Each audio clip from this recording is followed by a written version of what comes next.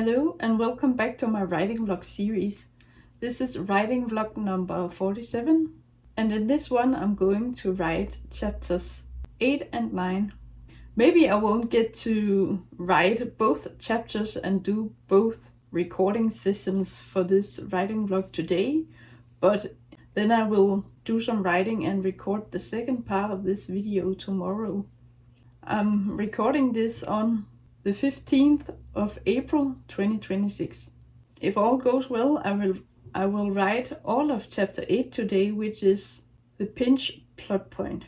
Chapter 9 will be the push plot point, and that is what pushes my main characters into the next part of the novel, which is Act 2, and the first chapter in that next act is called New World. So I have talked about this before when I outlined the entire novel, that the first chapter in the second act, called New World, will be not when my characters go into a new world, but when they get their old world back.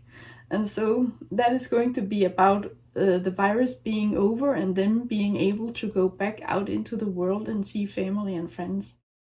But until we get to that, we have to get fully over the virus in the story, and my characters have to realize that, okay, things are going wrong and there are strange things going on with people dying when babies are born. So if they want to get the best of life while they are still here, they have to just go out and see family and friends. Because of the circumstances in the previous chapters in this novel, this next chapter that I'm going to write, which is chapter 8, the pinch plot point, is going to be different than what I have in my outline. Because my outline says something about deaths in Kenny's family, but I'm going to change that because I have actually weaved in something about Kenny's family, or lack thereof, in earlier chapters. So I have basically stated that he's an only child and that his parents are dead. And I also kind of imply that he doesn't really have any aunts or uncles. He's really got no family, not anything to speak of, and so I'm going to change that part of the outline. Word for word, my outline for chapter 8 is: my main male character's family experiences a death in the family too. His brother had 2 children, identical twins, and then both his uncle and his sister died. So I'm going to scrap that. I think I'm going to need a time skip in this chapter because I have included Ryan and Charlotte and her sister and brother in this story. They are going to play a more active role in this story than I had planned, or a different role at least. So what I'm thinking now is that Charlotte will have her baby, and then her sister, her younger sister, will die. They haven't got any parents or any other relatives left, and there is no one they can stay with, and that is why they kind of move in to this secondary house on the ranch, and they help out with watching the animals and taking care of the crops and helping in the garden and things like that. So they have become Kenny and Penelope's new helpers at the ranch, and they work for a living so they can stay there at the ranch while the virus rages.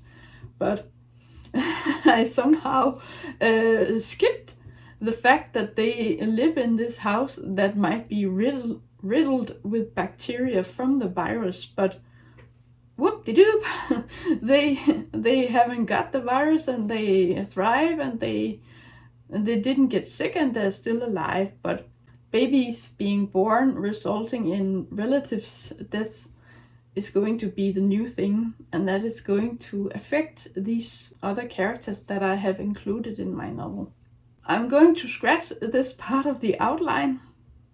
I'm going to adjust it, so instead of someone in Kenny's family dying, it will be closer geographically because it's on the ranch, so they can see what's going on and hear what's going on, instead of getting a phone call and then being told that someone is dead. So this is more immediate. They see the result of this new thing firsthand. So I made a strike through of that New outline. Charlotte has her baby. Right after the baby is born, her younger sister dies. So if one pops out, then one is popped off, if you can call it that. But Charlotte has her baby and then her younger sister dies. I haven't named the sister and the brother yet. I probably will. I will have to name them in this chapter because the girl is going to die. Sorry, girl.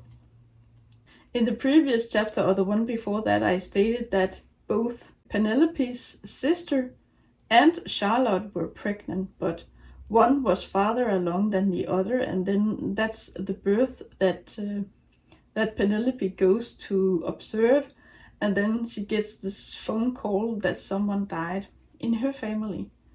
Even though I will probably not get to write this next chapter, chapter 9, today, I will just briefly tell you what I plan on writing in that chapter later today or tomorrow. It will probably be tomorrow that I write this next chapter, chapter 9, but in my outline for that chapter I wrote, bad news, the culling isn't over yet. A random person in a family will suddenly die when a new baby is born. My main characters had suspected as much, but now they see and hear the strange phenomenon on the news. So that's what I have in my outline. I think that's basically going to stay the same, but the people involved in the process leading up to that are going to be different. So instead of someone in Kenny's family dying, it will be this young girl who dies. That's sad too, of course, but it just shows that this new phenomenon is even more brutal than the virus, because you can protect yourself against the virus, but if someone in your family has a baby and then you yourself risk dying just because of that when the baby is born, it's way more frightening in some ways because you can't protect yourself against it. So maybe Kenny is lucky because he basically has got no family left, so no one in his family can have a child, and then he risks dying. But there's going to be a twist with that. So I have thought about that already, so that's for later in the novel. But yes, I'm going to write this pinch plot point chapter 8, and then I will get back to you, probably. I hope to do a short section of me after I'm done writing for today, or after I'm done writing this chapter, because I'm not sure if I can get to write chapter 9 today as well, and I definitely don't think that I will get to do, or that I will get to record the last section of this video today anyway. But yes, I'll get to work and then I will get back to you. Hello again. It's about or almost 2.5 hours later, and I have now written chapter 8. It went all right with writing it, and for that chapter I wrote 4,325 words, so it was one of the longer ones, but a lot of things happened in this chapter. I won't go into details with what I wrote because I don't have that long to film this part of the video, but to sum it up, what happens in this chapter is that Kenny and Penny are woken up, or they have just gone to bed. Penny falls asleep, but Kenny is trying to fall asleep, and then there's a loud knock on the door. And basically it's Ryan who wants to get their help, and they talk a bit with him, and then they all three of them go over to this other house. Charlotte is giving birth and it's 1 month too soon. There are some complications with this birth, but they can't really do anything besides being there for her and letting her squeeze their hands and just being there and trying to help out. But then I needed to have Penny and Kenny be present at this birth so they kind of witness what happens to her sister. So as soon as the baby is born, Kimberly dies. I misremembered before. I said that I hadn't given these two children any names, but I thought of new names for them. I thought I hadn't named them, and I wanted to call the girl Siobhan and the boy Nathan. I just thought of two names that these two children could have, but when I looked up, or when I wanted to write the new names or these names into the document with all these details I have about the novel, about the characters and what is going to happen, I saw that I had already given them these names, and it's Kimberly and Timothy. And I wrote in parentheses that the girl is also called Kimmy, and the boy is called Tim and Timmy. So it's Kimmy and Timmy. I think it's kind of fun and a bit cute because it's kind of like Kenny and Penny, because Kenny is Kenny's name, but he's called Ken as well. And Penelope is called Penny. So it's Kenny and Penny and Timmy and Kimmy. A lot of things happen in this chapter, as I said, but basically it's about them helping out with this birth of the newborn baby. Of course, it's a newborn when it's a birth, but they help with this birth, and they're there when the girl clutches her chest and can't breathe, and then she drops to the floor, and Kenny tries to do the Heimlich maneuver on her, but first he tries to slap her back to make something fall out or come out of her mouth, but that doesn't work, and he does the Heimlich maneuver, and that doesn't help either, and so they can only try and do CPR, but unfortunately that doesn't save her life. So the new baby is born, and Charlotte's sister dies, and the boy is just panicking. At first he's quite cool and collected about this and watches as this new baby is emerging, but he's just watching, and the girl is watching, and they are kind of cool about it, but as soon as this baby pops out, the girl screams, and then she clutches her chest and she can't breathe. So something is causing this. And Kenny asks the boy if she was eating anything, that she's choking on something, but he doesn't think so. Kenny asks the boy to call 911, and he's trying to figure out what to do, and then he comes over because he needs to hold the baby while the boy runs off to get a phone and call 911, and he stands there with baby. The baby is still connected to its mother, and so he can't just walk away and put it down, but eventually he does so anyway. But he stands there and he communicates with Ryan, who's in shock, and Charlotte is just lying there. She's unconscious, and Penelope is trying to revive the girl as well, and everything is just a bit chaotic. But the boy manages to call 911, and he comes back. Or actually, he doesn't come back until Kenny has put down the baby in a safe place, and then goes into the hallway and calls out for the boy. And then the boy informs him that, oh, I called 911 and they're on their way. And then Kenny tells the boy to go out to the gate and to wait there and be ready for when the ambulance comes. A lot of the words in this chapter are about this birth and the aftermath of that, and what's wrong with Charlotte and what's wrong with the girl lying on the floor. And then there's something off with the baby as well, because it didn't cry as soon as it was born. But Penelope goes to check on the baby. She and Kenny switch places, and Kenny starts he continues giving CPR to the girl, Kimberly, and then Penelope can take a break and she goes to check on Charlotte. There isn't really much she can do about her, and then she checks on the baby too, and then she rubs the baby several places on the body, and then the baby starts crying. So I had to look up several things for this because I don't really know that much about medical stuff. But yes, the ambulance comes and the paramedics are going to wheel Charlotte away to help her, but then she wakes up and Charlotte is kind of, no, I'm not going with you, and you are not taking my baby, and my dead sister is fine where she is, you're not taking her either, and just go away. And so she's in shock, and she's sad that Kimberly is dead, but she's happy for the baby that she has just given birth to as well. And so Ryan just goes out of that room and leaves her alone with the baby and her sister, and follows Kenny and Penny to the door and tells them goodbye, and we probably won't help you on the ranch tomorrow, but Kenny and Penny are fine with that and they understand, and then they have this small conversation, and then Kenny and Penny walk back to their house and they have to get some sleep. Yes, that's basically it. It's quite late here in Denmark today as I'm recording this, so I will stop for now.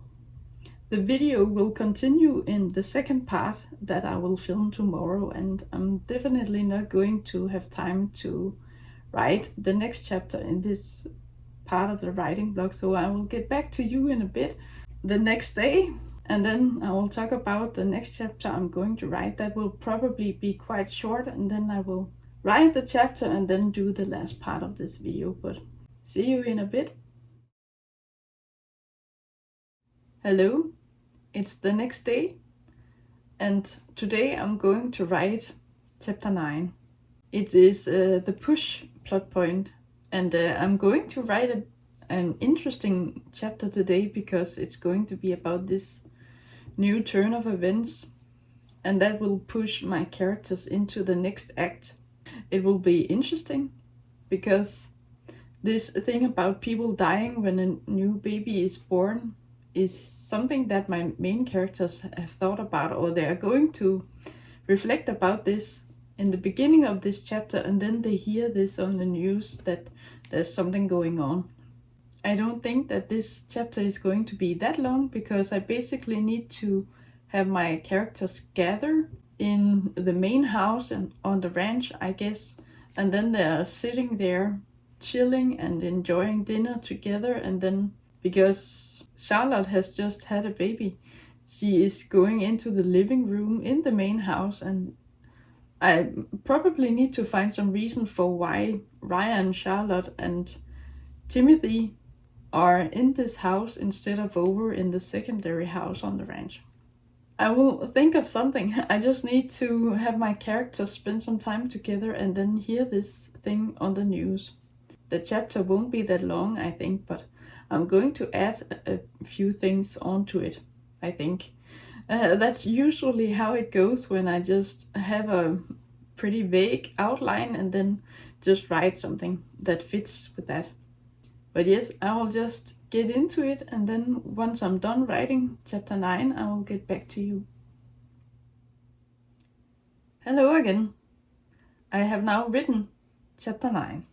It's about 1.5 hours later, and in total for chapter 9 I wrote 3,784 words.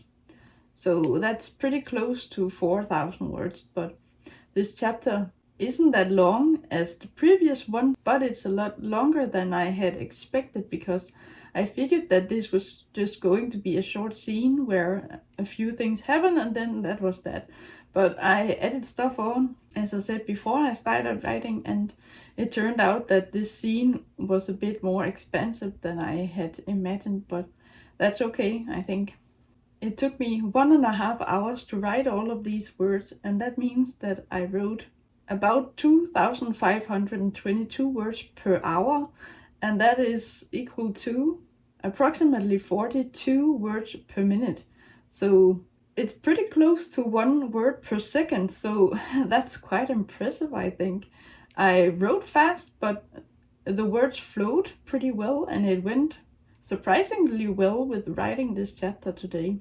I was in the zone, I guess. I had a scene in mind, or I just started writing and then it just flowed from there. So the scene incorporates the things that I wanted to incorporate plus a bit extra. And I figured that this was the best way that I could do that. As I said before I started writing, I wanted all of the characters to be together for some reason, and then they hear this news that that there might be a relation between a new baby being born and then someone in that family dying. I figured this out by writing a scene where it's basically a dinner scene, because I follow Penny's POV and she's opening the door for Ryan, Charlotte, and Timmy and the baby to come inside the house, and they're going to have dinner together. And then she talks with them for a bit before Kenny comes in, because he was doing something outside, and I also included something about him limping and him being stubborn and not wanting to use the crutches even though he should do that. That means that he's limping now, and before he didn't really get affected by this injury that happened in the very first chapter. So I need to fix a few chapters I wrote a couple of weeks ago, I think, because he wasn't really affected by that after all, but then I changed my mind that it needed to have some kind of consequence, and then I made him limp. So he's limping now, but it's going better with that. The scene I wrote today spans over 10 pages, so it might vary a bit depending on how much prose, or of course it's prose, everything is prose, but sometimes it's narrative voice where I describe what is happening, and other times I have a lot of dialogue when they're having a conversation. So it's a mix between both, but some chapters might span over more pages but have fewer words if there's a lot of dialogue. So I don't know, but it gives you an idea of how many pages these words take up in my document. Before I get back to talking about what the chapter is about, I just want to sum up this first part of the novel, because now that I have written chapter 9, I'm done with Act 1 in the 27 chapter method. So I've got chapters 10 to 18, which are the second act, and then chapters 19 to 27, which are going to be the third act. But now that I have written about 1/3 of the entire novel, I wanted to give you a status of how many words I have written in total for this novel. The exact number in my Word document is 33,520 words, but that includes the short sections I have marked with red, which are my outline parts of the story. So if I should subtract a bit, it will still be about 32,000 words. But I just took this 33,520 words and multiplied it by 3. So if the chapters in the rest of the novel are going to be equally long, or approximately as long as they have been so far, then the entire novel will be about 100,000 words. But yes, I have written Act 1, chapters 1 through 9, and what happens in chapter 9 is that Charlotte, Ryan, Timothy, and the baby come over to have dinner. And I didn't really know why they came over to have dinner with Kenny and Penny instead of eating dinner at their own house. But I came up with this idea that it's Thanksgiving in the novel, and it fits with the timeline, I hope, because in the beginning of the novel I stated that it was in the fall. The fall season had just started, and then it's a couple of months later, and a bit of time has passed since the previous chapter, so I hope it kind of fits with the timeline that it's Thanksgiving now. But they come over, and Penny talks to Ryan while he is holding the baby, and Charlotte and Timothy go and wash up before dinner. And then they talk a bit together while the others get ready, and Kenny hasn't come in. He's outside doing something, I'm not sure what, but he's doing something outside. And then while they wait for him to get in and for the others to get ready, Penelope talks with Ryan. And then they have a kind of banter between them, and she asks them what it's like to have this baby, and Ryan is happy and he wouldn't change it for the world. And he talks about changing the diaper, among other things. He's not fond of the messed up sleep schedule because of the baby crying, and he's not that fond of changing the diaper either. But then later on in the same chapter, it turns out that he hasn't really changed the diaper yet at all, and so they make fun of him or tease him with that. But that's a detail to make it more realistic, I think. I think many men or guys feel that way. Someone has to change the diaper to help the baby, but I think many men would prefer not to have to do it if they can get away with not having to do it. So it's Charlotte's job. Ryan says, I'm just going to take care of this, and then he walks away. And Penelope goes out into the kitchen to prepare the rest of the food and then carry it to the table in the dining room. And then when Charlotte, Ryan, the baby, and Timothy come back to have something to eat, they realize, or they find out, that it was actually Charlotte who took care of the baby. And then Ryan found some kind of excuse for why he couldn't do it, and then Charlotte needed to take care of it. But that was a detail. I wanted or needed to get all of these characters together so they hear this news together, and it was a kind of mix between wanting to follow up on what happened in the previous chapter with the aftermath of the girl Kimmy dying, and the baby has been born and is doing fine now. It's about 1 month later, I have stated in the novel. And they're still grieving, of course, but they're busy with the baby as well. Charlotte and Ryan are busy with the baby, and Timmy is kind of like, oh, he's sad and he's not dealing that well with it. He is not crying at the table or something like that, but he's sad, and I observe him via Penelope, but this small boy, I stated that he's 9 years old, but this boy, Timothy, is kind of like, oh, I think it was my fault and I should have done more. I should have helped. I should have called 911 sooner. And Penelope and the others assure him that it wasn't his fault and he did all he could. They couldn't save her anyway. So that's harsh. It's the harsh truth, but Timmy is kind of like, okay, he seems to accept that it's not his fault. And then they have to actually sit down to eat dinner, but now Timmy is watching something on the phone. He has borrowed his sister's phone, and Charlotte is kind of like, put that phone away or I won't let you borrow it anymore, or something like that. She's a bit strict, but Timmy is like, oh, I just need to watch this one video and then I will sit down and have dinner. The others have sat down and Timmy is finally allowed to just watch that one video. And then he's supposed to sit down and eat with the others. But then Charlotte is like, Timothy, sit now, sit down and have dinner. But he's like, oh, you need to hear this, and kind of just ignores what Charlotte just said. He turns up the volume on the phone and then they can all hear two people in some video talk about a new phenomenon. It's a guy or a man and a woman talking.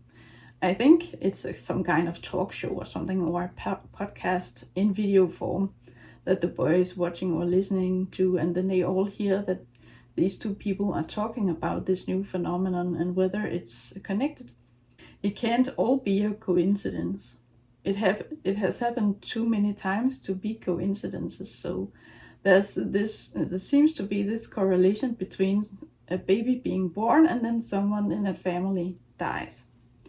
So that's food for thought. And then Timmy is kind of like, okay, he puts the phone away and sits down and he can finally get something to eat. But then they talk about this, and then Timmy is like, okay, I accept that it wasn't my fault, but then maybe it was Ryan and Charlotte's fault, because it was something they did that caused my sister to die. So Kimmy died because the new baby was born. I named the baby Hope, and I weave in something about the name being fitting for the girl and that they all need some hope in their lives in these troubled times. After the boy has mentioned this about the correlation between a death in the family and then the birth of this new baby, he's like, okay, then it's their fault.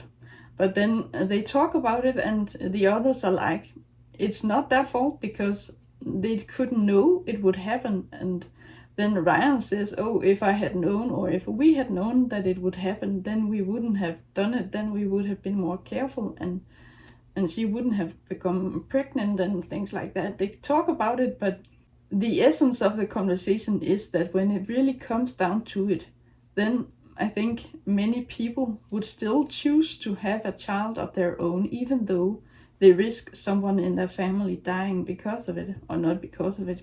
And the two people on the talk show or the podcast or whatever it is, those two people talk about this strange thing and that it doesn't spare anyone. Someone in the woman's family was old already and wasn't doing that well, and then he died, and then it might not have anything to do with the birth of a new baby. but she thinks it is connected. But it doesn't spare anyone, and then the other person in that video says that he knows people who have died as well, or it has happened 2 times in his family, and it also happens to people who are young and healthy, and basically it's not fair. It happens randomly, and no one can safeguard themselves against this new threat. The tension at this table is kind of thick, because Charlotte just, she gets too much of it and can't handle it, and she's like, okay, I need to go away for a bit and be on my own. So she needs to cry, and Penelope has told Ryan that if he or Charlotte needs to just hand over the baby to someone so they can be alone and get a good cry, then they're welcome to do that. And so Charlotte hands the baby over to her, and then she walks away to cry. She might as well have given the baby to her own boyfriend, but she hands it to Penelope, and Penelope is fine with that. So I follow Penelope in this chapter, and she's looking at the baby, and Kenny is showing her a bit of love by giving her food on her plate and carving it out for her, or cutting it into pieces, so she can just put the food into her mouth even though she's holding the baby. So it should be doable with just one arm, I think. While Charlotte is away and the others just eat their food in silence, Penelope is thinking about this new turn of events and what she would do if it's real, or if it's true that there's a connection. If she could have it her way, she might choose to have a baby, even though there's a risk involved with that. And then she also, it's kind of an afterthought, or not an afterthought, but she looks at this baby and then she's like, okay, if something should happen to Ryan and Charlotte, which she doesn't hope will happen, but if something should happen to either of them or both of them, then she would be fine with adopting their baby if she can't have one of her own. So it's kind of an introspective chapter as well, because Penelope is a very sensitive person and she thinks about things. I kind of read her mind because I follow her POV very closely, so it's not like I write her what she's thinking verbatim on the page, but I kind of describe how she's feeling, or telling her side of the story in a close third POV. But yes, this dinner scene is what is going to change things going forward. So I also mentioned at the beginning of the chapter that this virus is almost eradicated now, and that it won't be long until it's safe to go out there again. Either people are immune to this sickness now, or people are getting vaccines because of it or for it, so they won't get the disease. So it's almost no threat anymore. And then I kind of lead up to them going away. So I also mentioned that Charlotte and Ryan are probably going to leave the ranch at some point, because there are people there they likely want to visit now that they can again. And Penelope has this thought that she hopes and thinks that they have stayed at the ranch so far because they want to be there and because they like to be there, and not that they have been forced to. But Penelope realizes that they might want to leave at some point. I think it's either her or Kenny who makes a joke that, oh, if you're going to leave someday, we have to find someone new to take over. We need new helpers at the ranch. So they kind of joke about it. They are free and welcome to stay and keep helping them, but they are also free to leave. So a month has passed and they have mourned the death of Kimmy a lot, and the baby is doing fine and Charlotte is doing fine, but I indicate that Ryan has started helping on the ranch again. So maybe he had the day off because it's Thanksgiving in the novel, but I don't know. That was quite the mouthful for this part of the video, so combined with the other video sections I have done, it will be quite long, but I hope that's okay.